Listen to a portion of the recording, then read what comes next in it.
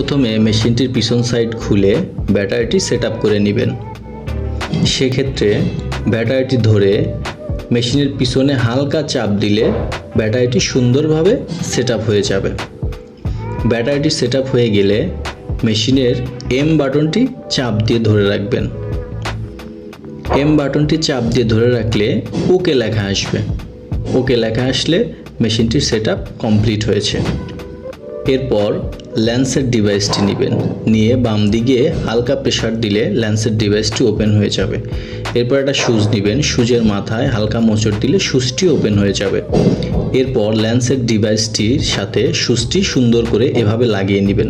লাগিয়ে নিয়ে ল্যান্সের ডিভাইসটি এভাবে লাগিয়ে নেবেন। সেক্ষেত্রে ল্যান্সের ডিভাইসটি ডান দিকে হালকা প্রেসার দিলে ল্যান্সের ডিভাইসটি লক হয়ে যাবে। এরপর ল্যান্সের ডিভাইসের মিটারটি সেট করে নেবেন।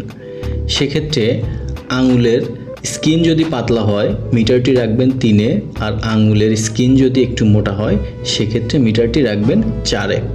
এরপর একটি স্টিপ নেবেন। স্টিপের উপরে লক্ষ্য করে দেখবেন একটি অ্যারো চিহ্ন থাকবে। অ্যারো চিহ্নটি থাকবে মেশিনের উপরে। যে সাইডে অ্যারো চিহ্নটা থাকবে সেটা যাবে মেশিনের ভিতরে। স্টিপটি মেশিনের ভিতরে ঢোকানোর পর একটা বিপ সাউন্ড হবে।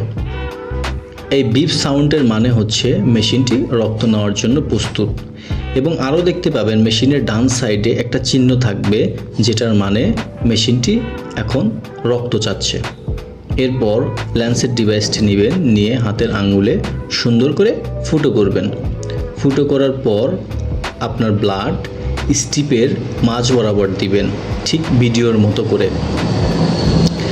ব্লাড দেওয়ার পর 4 বা 5 সেকেন্ড পর আপনার রেজাল্ট শো করবে। এরপরেও যদি বুঝতে কোনো সমস্যা হয় তাহলে ফোন করবেন আমাদের স্ক্রিনে দেওয়া নাম্বারে।